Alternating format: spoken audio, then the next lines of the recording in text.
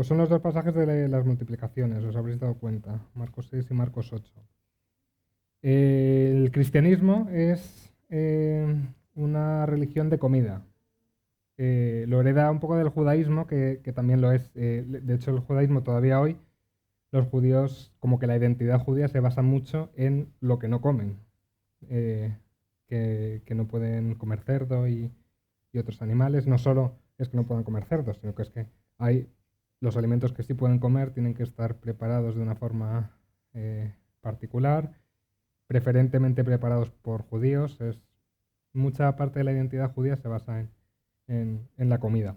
Y el cristianismo lo hereda también, pero no basa su identidad tanto en lo que come o en lo que no come, sino que un poco la identidad del cristianismo, un poco el centro del cristianismo es la Santa Cena, la Eucaristía, el pan y el vino, que es más que lo que comes o lo que no comes, es el hecho de comerla juntos en recuerdo de Jesús. Así que la comida tiene un papel central también en el cristianismo. Voy a leer Marcos 6. Nos vamos a entrar en la alimentación, que es del 30 al 44, pero voy a leer también la primera parte porque tiene su interés también. Jesús salió de allí y vino a su tierra acompañado por sus discípulos. Estoy en Marcos 6.1. Cuando llegó el sábado, comenzó a enseñar en la sinagoga y muchos oyéndole se admiraban y preguntaban: ¿de dónde saca tales cosas? ¿Y qué sabiduría es esta que se le ha concedido y estos milagros que sus manos han realizado?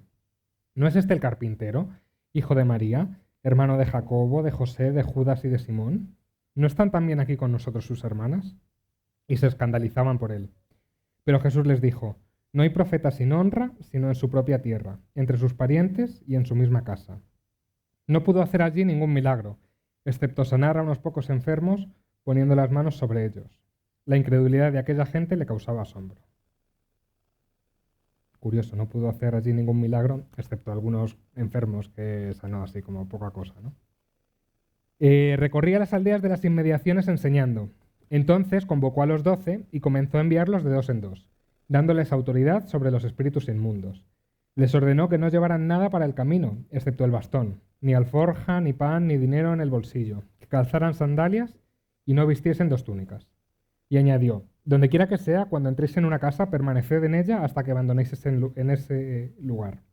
Y si en algún lugar no os reciben ni os escuchan, salid de allí y sacudid el polvo que está debajo de vuestros pies, para que les sirva de testimonio. Sin duda os digo que en el día del juicio será más tolerable el castigo para los de Sodoma y Gomorra que para los de aquella ciudad. Los discípulos, habiendo salido, proclamaban que se arrepintieran. También echaban fuera muchos demonios, ungían con aceite a muchos enfermos y los sanaban. La fama de Jesús llegó a oídos del rey Herodes, pues su nombre se había divulgado profusamente. Unos decían: Juan el Bautista ha resucitado de entre los muertos, y por eso actúan en él estos poderes. Otros: es Elías. Y otros: ¿es un profeta o alguno de los profetas? Al oírlo Herodes dijo: este es Juan, a quien yo decapité, que ha resucitado de entre los muertos.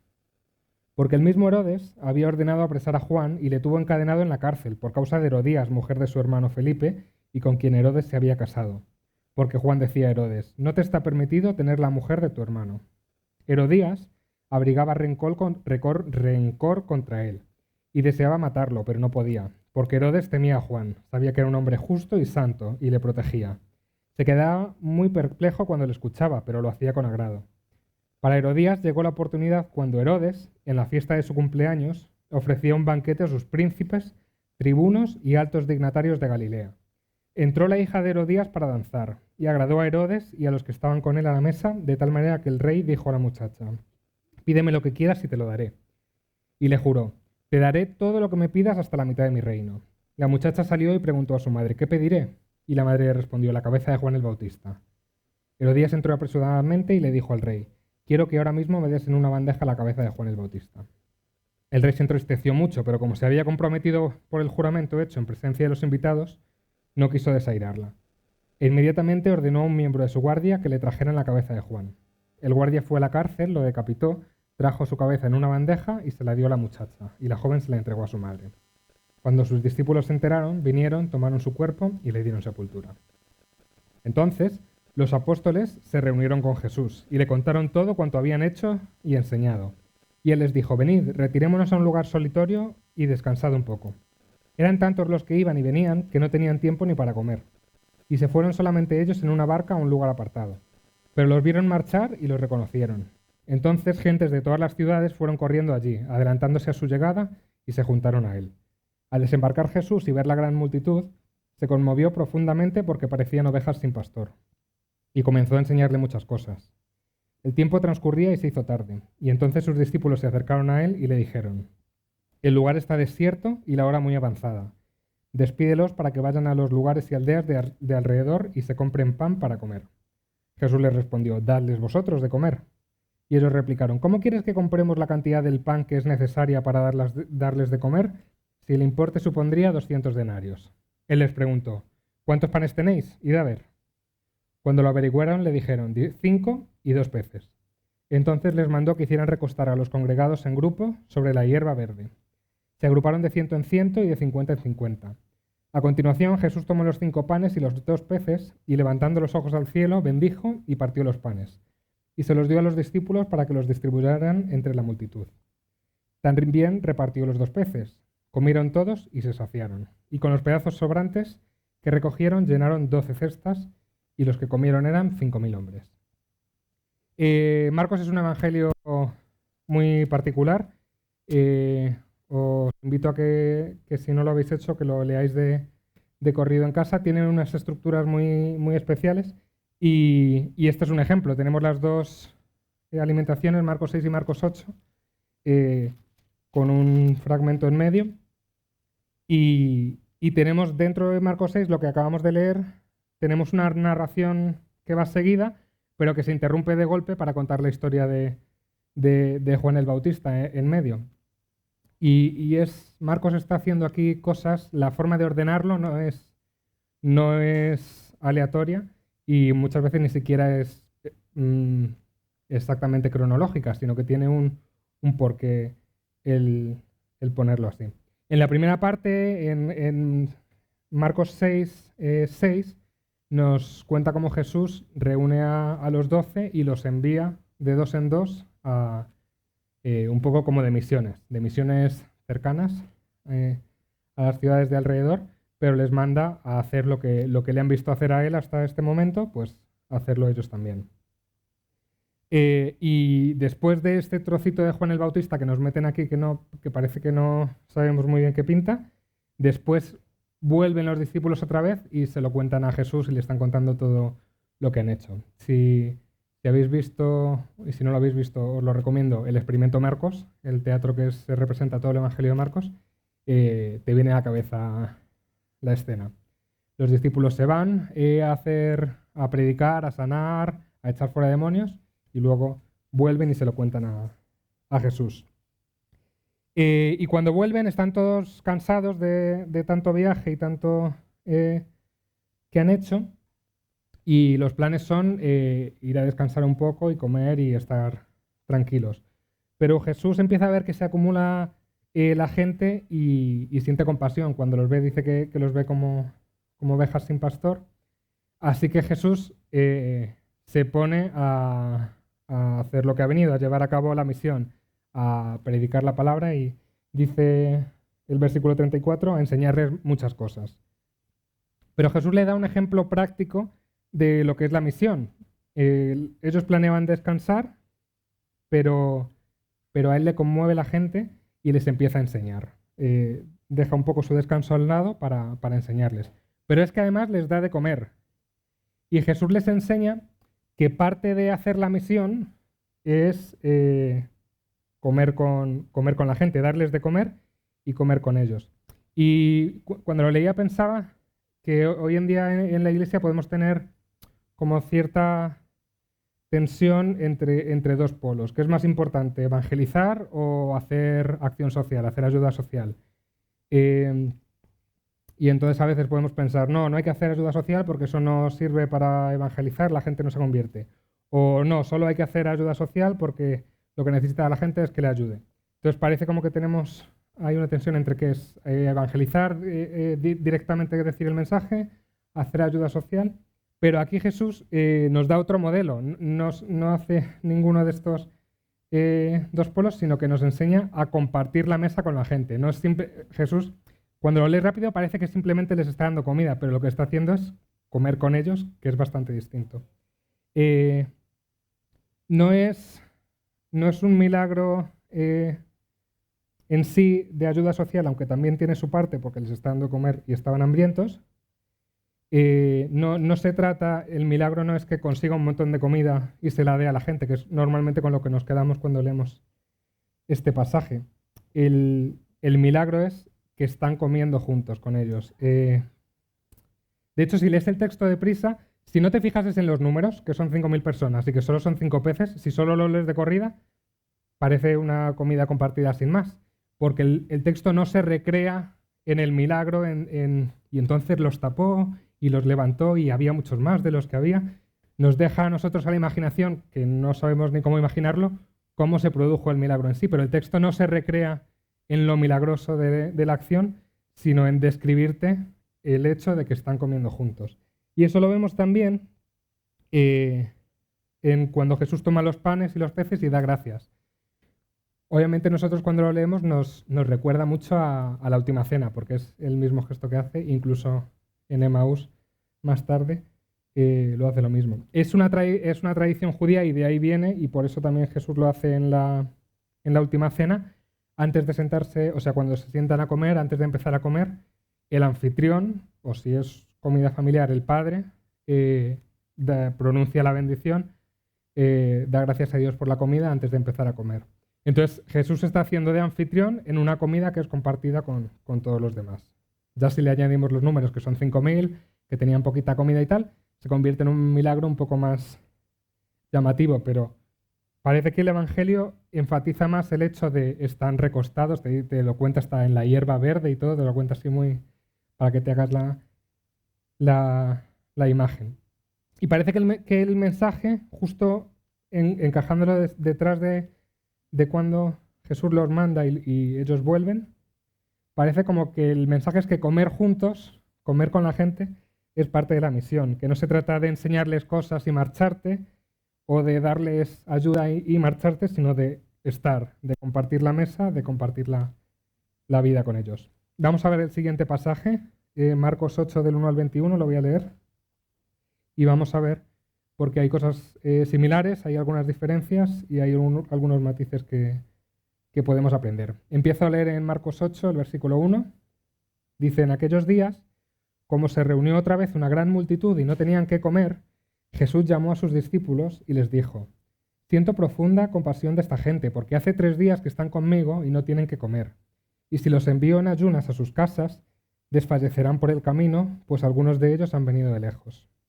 Sus discípulos respondieron, ¿de dónde podrá alguien sacar pan para saciarlos estando en este lugar apartado? Jesús le preguntó, ¿cuántos panes tenéis? 7. Entonces mandó a la multitud que se recostara sobre la tierra. Tomó los 7 panes y tras haber dado gracias los partió y dio a sus discípulos para que se los ofrecieran. Y los discípulos los distribuyeron. Tenían también unos pocos peces. Jesús los bendijo y también ordenó distribuirlos. Comieron y se saciaron. Luego recogieron los pedazos que habían sobrado y llenaron 7 canastas. Los que comieron eran como 4.000 y Jesús los despidió. Luego entró en la barca con sus discípulos y vino a la región de Dalmanuta. Vinieron entonces los fariseos y comenzaron a discutir con él pidiéndole señal del cielo para tentarle. Y él, suspirando profundamente, dijo, ¿por qué pide señal esta generación? Os aseguro que no se dará señal a esta generación. Y dejándolos, volvió a entrar en la barca y se fue a la otra ribera. Se habían olvidado de llevar pan, no tenían sino un pan consigo en la barca, y él les hizo esta advertencia. Mirad, guardaos de la levadura de los fariseos y de la levadura de Herodes. Los discípulos discutían entre sí diciendo, es porque no trajimos pan. Jesús se dio cuenta y les dijo, ¿qué discutís? ¿Por qué no tenéis pan? ¿No entendéis ni comprendéis? ¿Aún tenéis endurecido vuestro corazón? ¿Teniendo ojos no veis y teniendo oídos no oís? ¿No recordáis? Cuando partí los 5 panes entre 5.000, ¿cuántas cestas llenasteis con los pedazos recogidos? Y respondieron, 12. Y cuando repartí los 7 panes entre 4.000, ¿cuántas canastas llenasteis con los pedazos recogidos? Y respondieron, 7. Y les dijo, ¿cómo aún no entendéis? Hay una diferencia fundamental entre Marcos 6 y Marcos 8, entre las dos alimentaciones. Son bastante parecidas. pero hay una diferencia importante. Pero para verla hay que leer el Marcos 7:31. Es unos versiculitos antes que te dice el lugar en el que estaba Jesús en la segunda multiplicación, en Marcos 8. Dice, volvió a salir de la región de Tiro y de Sidón, y vino hacia el mar de Galilea, pasando por la región de Decápolis. ¿Os acordáis? En el Marcos 6 sí que lo hemos leído. ¿Os acordáis de dónde estaba Jesús en el Marcos 6? El pasaje anterior era que estaba en su ciudad, estaba en Nazaret, y la gente le decía, pero si este le conocemos y es el hijo del carpintero. Entonces la multiplicación de Marcos 6, la primera multiplicación, es en el entorno de Nazaret, es en un entorno judío. Pero la segunda multiplicación es en la región de Decápolis. Decápolis, la palabra en griego significa 10 ciudades, era una unión de 10 ciudades griegas. Podéis verlo si tiene mapa vuestra Biblia, por el final podéis ver los mapas y os viene dónde está Decápolis. Está al otro lado del mar de Galilea. Se fundaron cuando Alejandro Magno conquistó la zona, ¿vale? A los judíos los conquistaban un imperio detrás de otro. Cuando Alejandro Magno conquistó la zona, fundó varias ciudades que probablemente se piensa que fue con veteranos de las guerras griegas.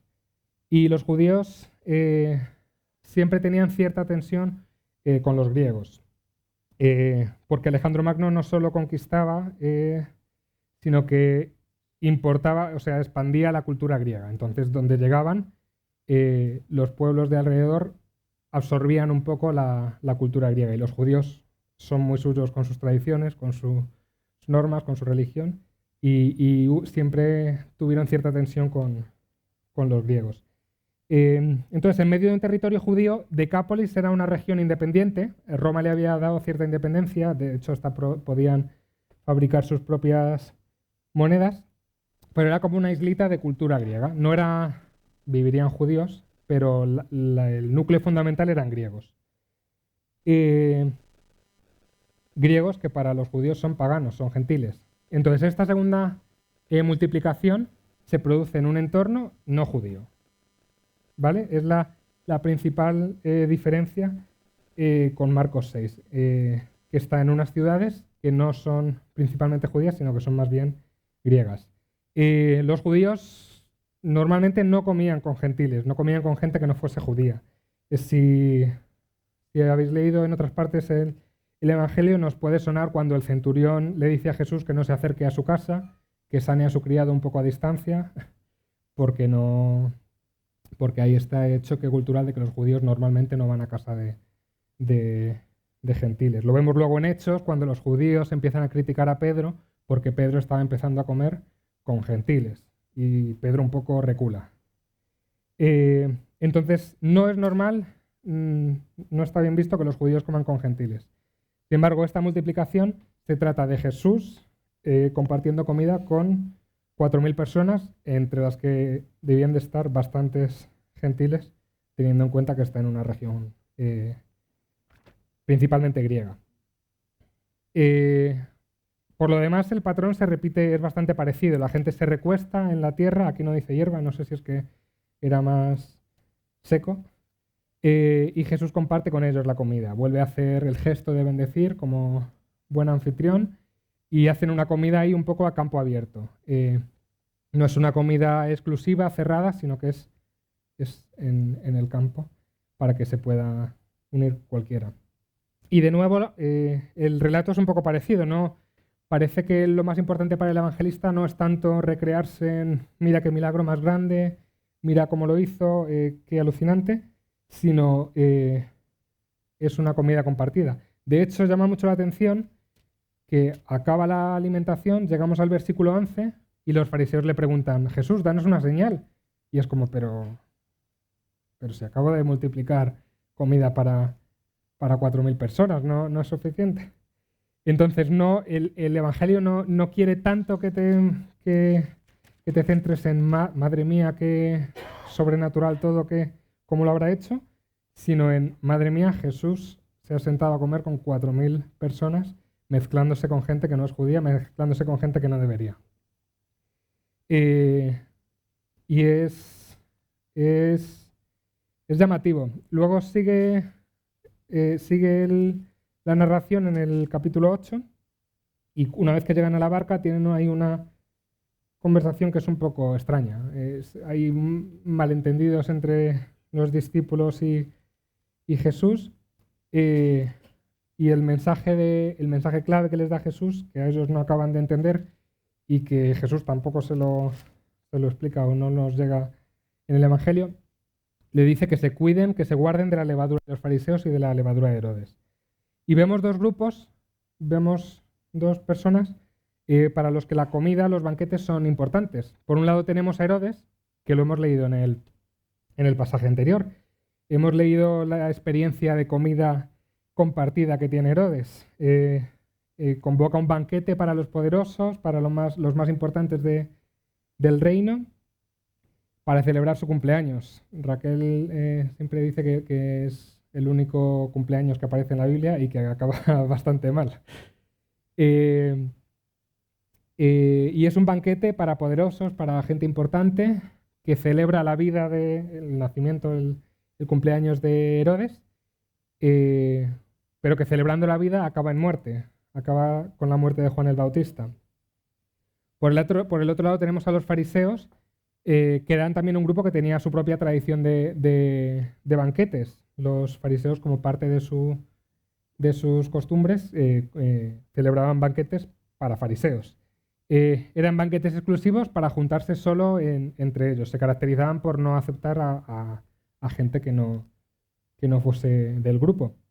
En algún pasaje, lo podéis leer en casa, creo que era Lucas 14, Jesús deja caer que incluso en estos banquetes, porque una vez los fariseos invitan a Jesús a uno de estos banquetes, y Jesús deja caer que los fariseos se pelean incluso por ver quién se sienta en los mejores puestos de los banquetes.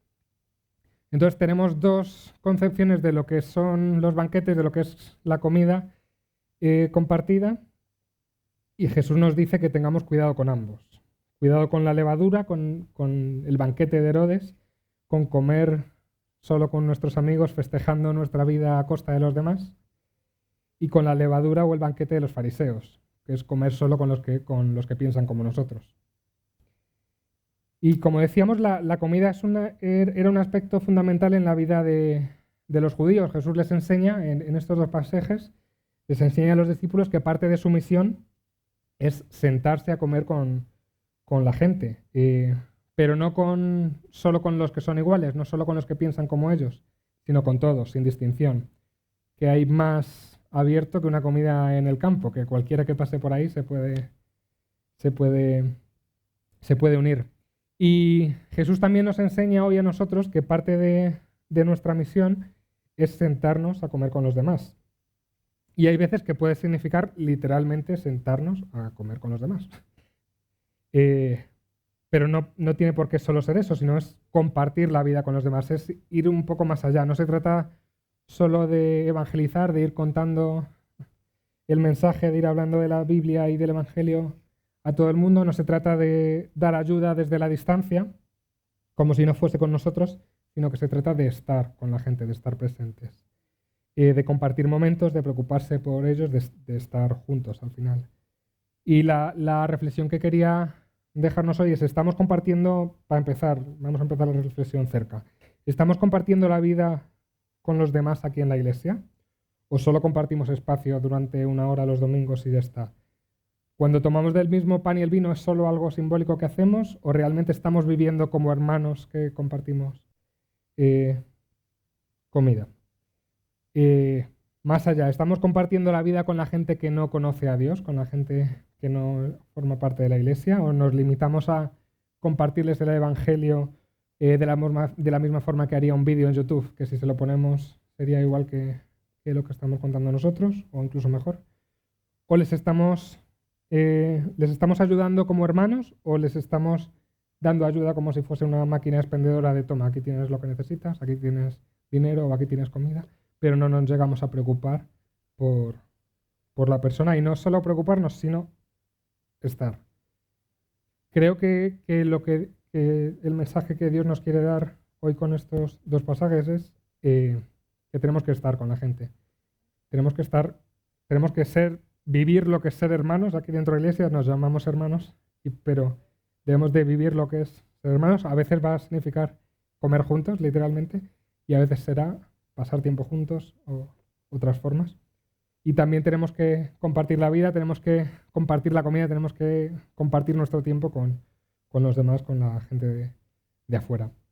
Así que el reto es que te invito a que pienses si Dios te está retando a compartir tu comida, tu tiempo, tu vida con alguien a quien conoces, quizá con alguien que no piensa igual que tú necesariamente, o con quien tienes muchas diferencias, o con quien no te saldría naturalmente comer juntos o pasar un tiempo juntos. Vamos a tener unos momentos para orar y para pensar y que Dios nos hable, y acabo yo y cierro yo con una oración. Señor, gracias por este día, gracias porque te importamos y cada día quieres hablarnos y cada día quieres enseñarnos algo nuevo. Te pedimos que nos ayudes a entender lo que leemos, Señor, y sobre todo a conocerte, a saber cómo eras, a entender un poco cómo pensabas y cómo veías a la gente. Te pido que abras nuestros ojos para ver las personas que has puesto a nuestro alrededor, ya sea más cerca o un poco más lejos, Señor, pero que podamos entender eso, la gente que has puesto a nuestro alcance, Señor, para poder llegar a ellos con tu amor, Señor. Ayúdanos a entender lo que es tu misión, lo que nos encargas hacer de forma integral, Señor, no solo pensando en qué decir o en qué dar o de cómo cubrir necesidades, sino en cómo estar presentes, en cómo ser como esos representantes, a veces físicamente de ti, Señor. Ayúdanos a ser valientes, Señor, a salir de nuestra comodidad, Señor, a hacer amistad con personas que puedan parecer diferentes a nosotros, Señor, pero a las que tú también quieres alcanzar igual que lo has hecho con nosotros, Señor. Ayúdanos a estar, ayúdanos a saber qué decir cuando haya que decir algo, y ayúdanos, Señor, también a saber callar cuando haya que simplemente callar y escuchar, Señor, y sobre todo ayúdanos a estar presentes y a poder reflejar de algún modo, aunque sea de forma algo imperfecta, lo que tú eres y lo que tú serías si Jesús hubiese estado físicamente para comer con ellos, Señor. Ayúdanos a ser más como tú, no solo en este aspecto, sino en todos los aspectos de nuestra vida, Señor.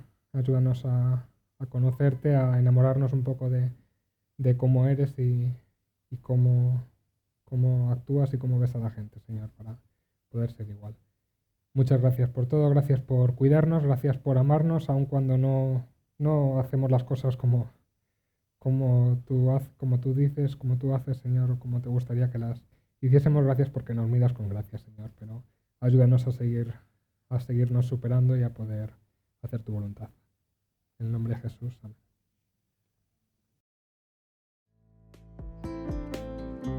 Oramos como un pueblo unido. Los miércoles a las 10:30 y a las 7 de la tarde.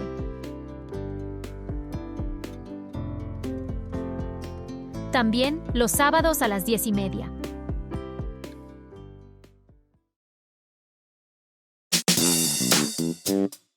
Reunión joven.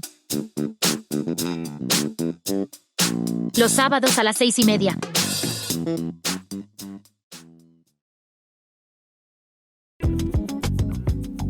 El domingo celebramos y compartimos juntos a las 11:30.